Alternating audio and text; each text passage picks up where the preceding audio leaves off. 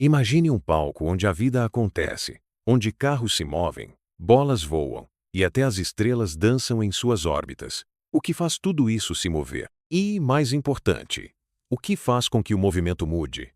O que o faz acelerar, desacelerar ou mudar de direção? A resposta para essas perguntas nos leva a uma das áreas mais emocionantes da física: a dinâmica. A dinâmica é a maestrina dessa orquestra invisível que é o universo em movimento, enquanto a cinemática nos conta como as coisas se movem. Suas velocidades, suas posições, suas acelerações. A dinâmica nos revela o porquê. Ela é a parte da física que investiga as causas do movimento, as forças que agem sobre os corpos e como essas forças moldam o balé do cosmos. Entender a dinâmica é como ter um superpoder. O poder de não só entender o que aconteceu, mas também de prever o que acontecerá, de criar tecnologias incríveis e de decifrar os mistérios mais profundos da natureza. É um mergulho em um mundo de pura lógica e beleza. E nesse palco vibrante da dinâmica, existem dois conceitos que são como irmãos, inseparáveis e poderosíssimos: o impulso e a quantidade de movimento. E quando eles se encontram em um lugar especial que chamamos de sistema isolado, a mágica acontece. Vamos começar com o impulso.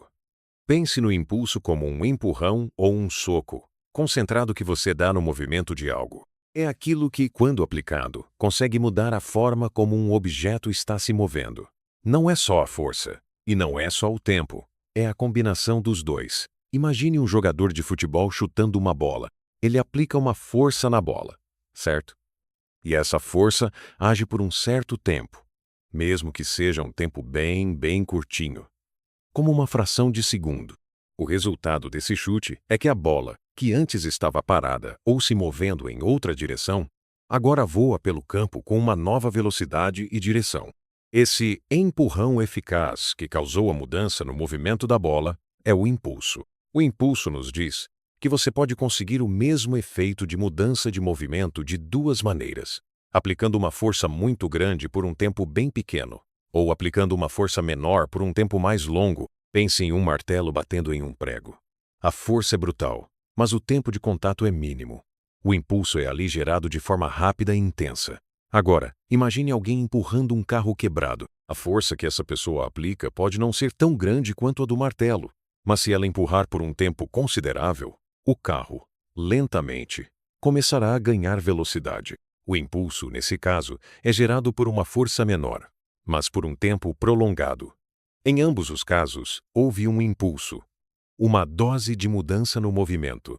A matemática por trás disso é elegantemente simples. O impulso é igual à força vezes o tempo de aplicação dessa força. É a medida de quão eficiente foi o seu empurrão para alterar o movimento.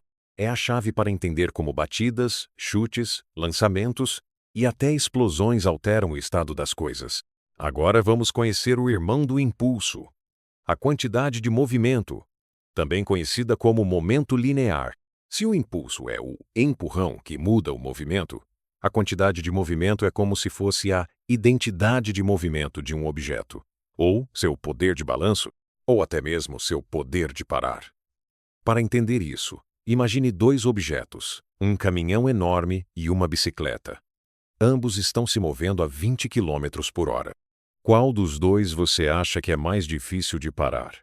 O caminhão, claro. Por quê? Porque ele tem muito mais massa.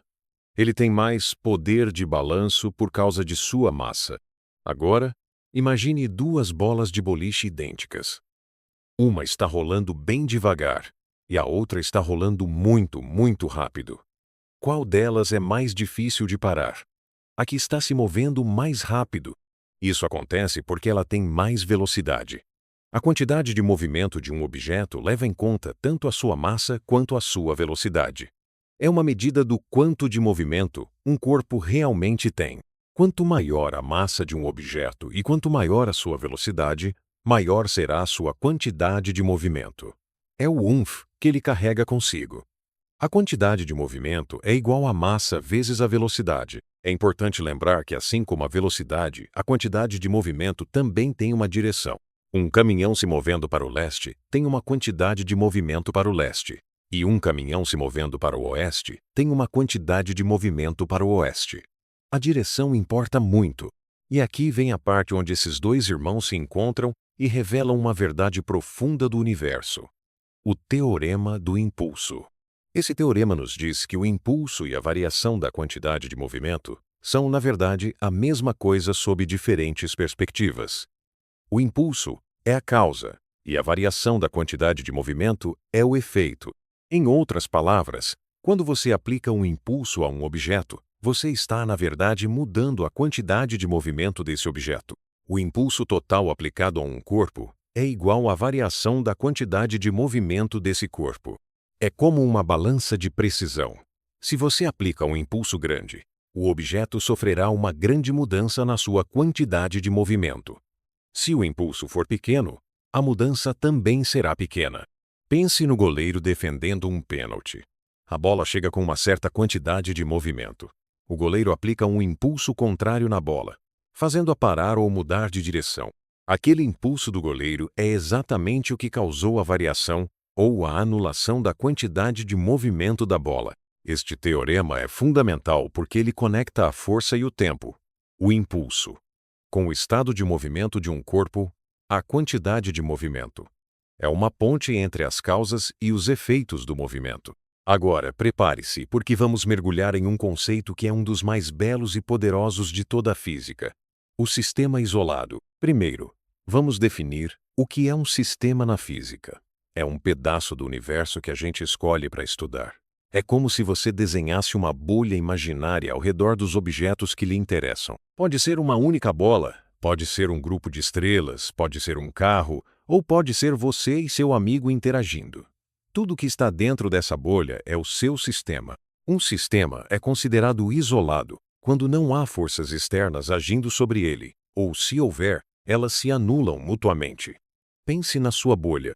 Se nada de fora dessa bolha empurra ou puxa os objetos que estão lá dentro, então é um sistema isolado. As forças que existem dentro do sistema, entre os objetos que o compõem, são chamadas de forças internas. Elas são como os segredos e as interações que acontecem dentro da nossa bolha. Elas podem ser colisões, empurrões ou até explosões entre os objetos que fazem parte do sistema. E aqui está a parte mais emocionante e surpreendente. Se um sistema é isolado, a quantidade total de movimento dentro dele nunca muda. Ela se conserva. Pense nisso. É como se fosse um tesouro que não pode ser criado nem destruído, apenas transferido de um lugar para outro dentro da bolha. Não importa o que aconteça lá dentro. Colisões caóticas, objetos quebrando, coisas se separando. A soma de todas as quantidades de movimento dos objetos que fazem parte do sistema permanece a mesma. Vamos usar um exemplo clássico para entender isso. Imagine você e seu amigo patinando no gelo, em uma superfície super lisa, sem atrito. Vocês estão parados, um de frente para o outro. Esse é o nosso sistema isolado, vocês dois. No início, como vocês estão parados, a quantidade de movimento total de vocês dois juntos é 0. Agora, você empurra seu amigo. O que acontece? Você sente uma força te empurrando para trás, e ele sente uma força te empurrando para frente, certo? Essa é a famosa lei da ação e reação. Para toda ação, há uma reação igual e oposta. Essas são forças internas ao sistema, você e seu amigo. Quando você o empurra, você ganha velocidade para trás e ele ganha velocidade para frente. Ambos agora têm quantidade de movimento. A quantidade de movimento de você é para um lado, e a quantidade de movimento do seu amigo é para o outro. Mas aqui está o ponto mágico. A soma dessas duas quantidades de movimento ainda é 0. Como assim? É que por serem em direções opostas, elas se cancelam quando somadas. A quantidade de movimento total do sistema você e seu amigo não mudou. Ela se conservou.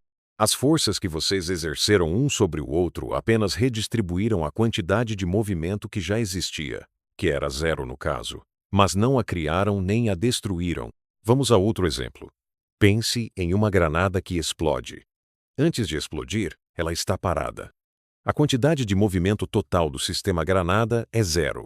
Quando ela explode, pedaços voam para todas as direções. Cada pedaço tem sua própria massa e velocidade. E, portanto, sua própria quantidade de movimento.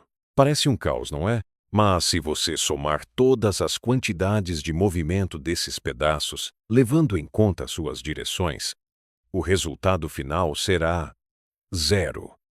As forças da explosão são internas ao sistema. Elas redistribuíram a quantidade de movimento, fazendo com que alguns pedaços fossem para um lado e outros para o lado oposto. Mas a soma total se manteve.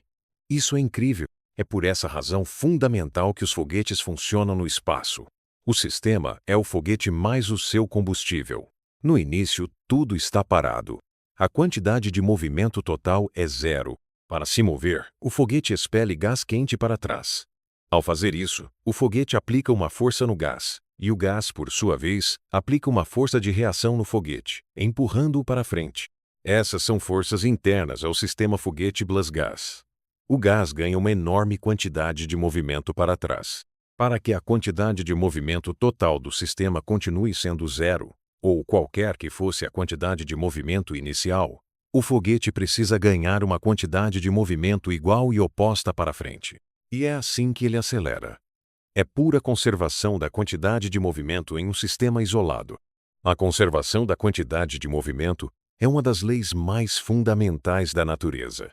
Ela nos ajuda a entender e a prever o que acontece em uma infinidade de fenômenos, desde as colisões entre carros, idealizando um sistema isolado por um instante do impacto, até o comportamento de partículas subatômicas em aceleradores de partículas. Ela é uma ferramenta poderosa para analisar situações complexas. Ela nos diz que, mesmo no caos de um impacto, no estardalhaço de uma explosão, há uma ordem subjacente, uma quantidade que permanece intocada. É como um fio invisível que une o antes e o depois de qualquer interação dentro de um sistema isolado. Pensar em dinâmica, em impulso, em quantidade de movimento, e especialmente na beleza dos sistemas isolados, é mergulhar na ordem que rege o universo. É descobrir que as coisas não acontecem por acaso, mas seguem leis precisas e elegantemente simples. É perceber que, mesmo quando parece haver destruição ou caos, como em uma colisão ou uma explosão, há sempre algo que se mantém, algo que se conserva. Essa é a maravilha da física. Ela nos dá as ferramentas para decifrar os segredos do movimento e da interação, convidando-nos a olhar o mundo com olhos de curiosidade e admiração. E essa é apenas a porta de entrada para um universo de descobertas. A semente da curiosidade foi plantada, e agora o convite é para você explorar ainda mais.